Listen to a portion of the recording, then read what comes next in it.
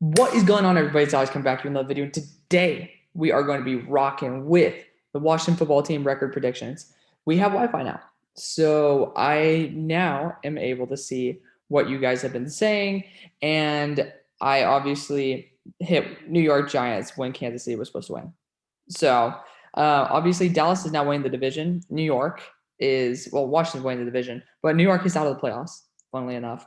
But let's get back into the video. So obviously, I've been kind of sketched out a little bit lately in terms of Wi-Fi because that's the glory of moving into an apartment complex when you've never done so. So obviously, we're going to be possibly moving our filming position. Right now, it's going to be like this. Might be getting a different mic to reduce the echo because the place is very high ceiling, so you can hear an echo. So I apologize for that for the time being. But let's get into the video. So Washington football team, let's discuss the team. So obviously, we start off with the quarterback, Ryan Fitzmagic, along with a plethora of other solid-ass quarterbacks. The question is it going to be Ryan Fitzmagic or Fitztragic? I think the team could still operate really well with Taylor Heineke. So as you guys can see, I'm a pretty big fan of Washington overall, right? So I'm super. Oh, okay. There are the New York Giants games in here. I was like, where's the Giants? But we swept them. Obviously, we might be hearing a train or two pass as well, but that is again the glory of apartments. But Washington, let's check out the actual contract other than me spitting off people I don't know. Receiving core: Curtis Samuel, De'Ami Brown, Terry McLaurin. That is a lethal starting trio. Big fan of that. I've always had De'Ami Brown going to him in the second or third, and he went definitely in the third. So big fan of that lineup right there. Obviously, you got Dax Milne in there as well. Other notable guys, you got, of course, Antonio Gandy Golden, who people thought was the shit last year. Kelvin Harmon, somebody who I personally was able to work out with. Really cool guy, but it's kind of unfortunate. He just can't create separation. But then looking at the next position group, the tight ends. So Logan Thomas, John Bates, Jamie Reyes. I don't like John Bates too much, to be honest with you. But Logan Thomas, you guys got on my ass for saying you guys don't have tight ends. I just don't really think he's going to be much. I haven't given him enough credit. He had a really good year last year, but I really don't think that he's going to get anywhere close to that. There's just nothing special about him. And now that people know that he's good, it's going to be kind of like a sophomore slump out of his breakout year. Obviously, you got a bunch of other dudes here as well. Let's check out the running backs really quickly because we kind of missed on that. You got Antonio Gibson, my guy in last draft, and obviously he panned out. I love that guy. You got Jarrett Patterson here, Peyton Barber, J.D. McKissick. You have a good group of guys here, including Lamar Miller. Talk about going back in time, right? And I don't know which Jonathan Williams this is, but regardless, you have a solid enough running back core. Not a great one, but definitely some good depth there. So that's something I like quite a bit. Obviously, let's look at the offensive line, starting off with the tackle group. You got Sam Cosmi here. We got the left and right tackles around. We got Morgan Moses. You also have Charles Leno and Cornelius Lucas. So pretty damn good squad, including Sadiq Charles, David Sharp, and that's a pretty good tackle squad.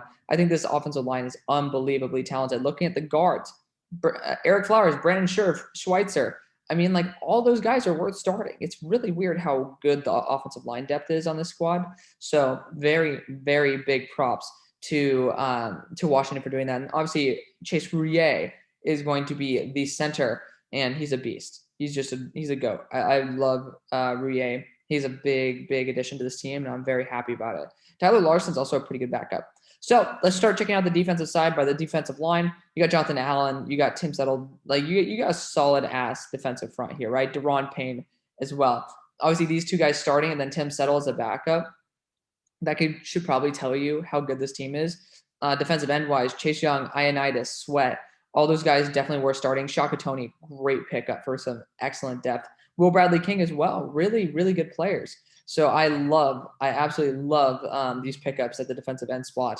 You know, this defensive line, this is the reason why I love this team so much. You're going to be able to dominate those trenches. Linebacker wise, because we're not going to jump into that secondary yet. Linebacker wise on the interior, you got Bostic and you also have Mayo. I don't think that's not the same Mayo that we've all grown to love for the Patriots, but Bostic is fine. As a Steelers fan, I can attest to it. He was definitely more solid than what people think. I think that he's definitely worth starting. And I mean, he's only 30 years old, so he can start for a year or two. I think that that's a position that should be still filled, but there's still some room for growth there. And at the linebacker spot, you get Jamin Davis at the outside linebacker spot. which is like he's probably going to be at the will linebacker spot. I love that. He's going to be very solid overall. Excellent pick in I believe it's number 20 overall, 19 overall pick. Excellent player. Also, you have Cole Holcomb there, who's another really talented player. You have a good linebacking core. Nothing great, but good. It definitely has a lot of room to grow, and that's probably something that you guys might want to address in maybe some free agency, the draft next year. But overall, I mean, Jimmy Davis is an excellent player. He's going to be the commander of this defense in years to come. Looking at the secondary, let's just check out the safeties real quick. You got Shazer Everett, Cameron Curl, we're not going to talk about Apke. But I'm trying to find right now, we got Landon Collins here listed as a free safety. So, I mean, you got a pretty damn good safety group right there. And then also, by the way, there's Charles Leno and Cornelius Lucas, found him. But also, I don't even know who the hell those guys are.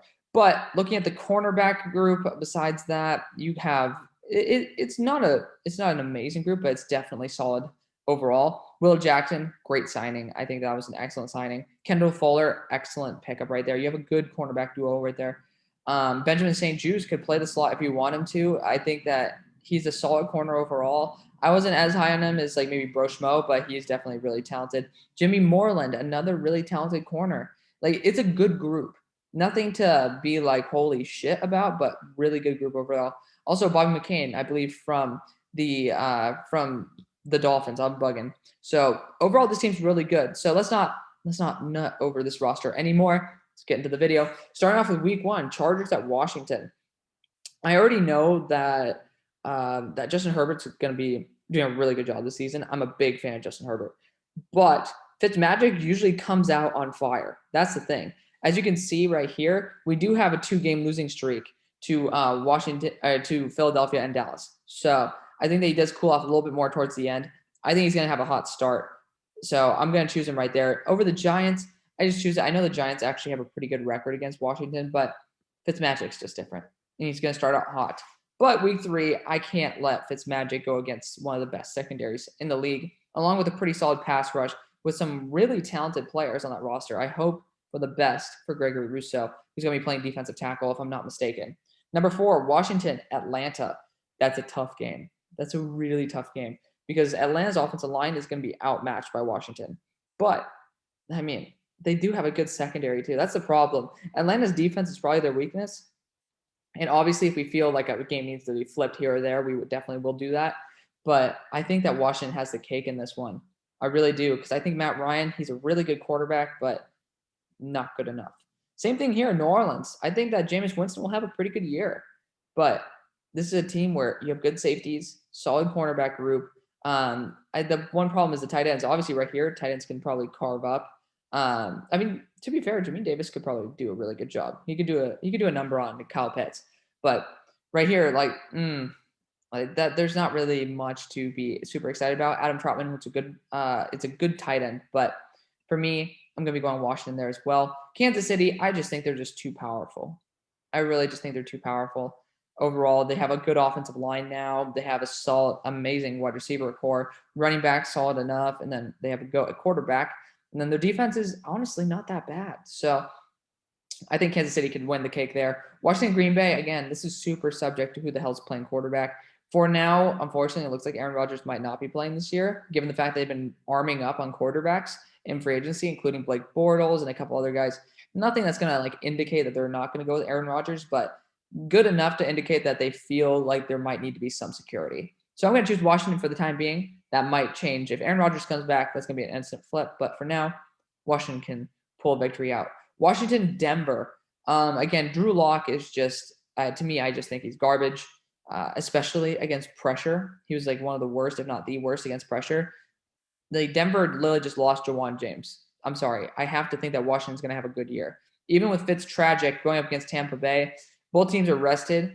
Fitztragic could strike here. He could also die here. So I'm going to choose Tampa Bay. I just think they're a fully loaded roster coming back, and they're on fire. Kansas City, Tampa Bay might be playing the Super Bowl again this year. We're going to see probably like the new era of salary cap handling, and that's probably going to be dictating the way NFL teams deal with free agency in the future as well. Number 11, Washington, Carolina. So this is an interesting one because Carolina has a really good wide receiver core, but not a great offensive line. again, I think that Washington's going to eke that one out. But I think Seattle, even though their offensive line isn't great, Russell Wilson's able to evade pressure really well. I just have a feeling he'll win. He'll pull this game out, and that's just going to be it. Washington going to Las Vegas, that's a tough one because Vegas, they have a garbage offensive line. I forgot about the fact they literally lost like 3/4 of their offensive line. Sorry, I'm always going to choose the defensive line when you have a garbage offensive line. We saw that in the Super Bowl, what happens when you don't have Jack there. So next we got Dallas at Washington.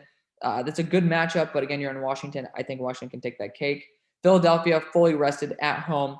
Jalen Hurts coming on fire. I think that can definitely be a game that is winnable by Philadelphia, who's going to be, again, this is assuming full healthiness. Washington, Dallas, again, super powered teams. I wanted them to split.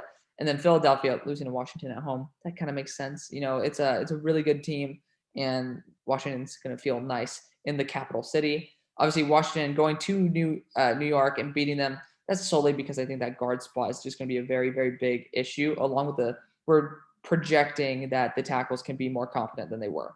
So that's just an issue. And that's actually going to be the season. I forgot I was about to talk about San Francisco, Washington. So given the records right now, Washington has taken the division. And I think a lot of people think this. The question is, what will Fitzmagic be? He's usually good in his first year. So I think that he will be great in this system. Taylor Heineke could probably have a similar record. Maybe I'd flip this New York game. Obviously, I'd flip a couple games to this Atlanta game, probably. Maybe even the Chargers game. So with that being said, guys, I really hope you did enjoy it. I'm going to have some new content coming out because these videos are not hitting whatsoever. I'm making about 5 cents to 10 cents a day. So I hope you guys do appreciate it. I'll see you on the far side. Peace.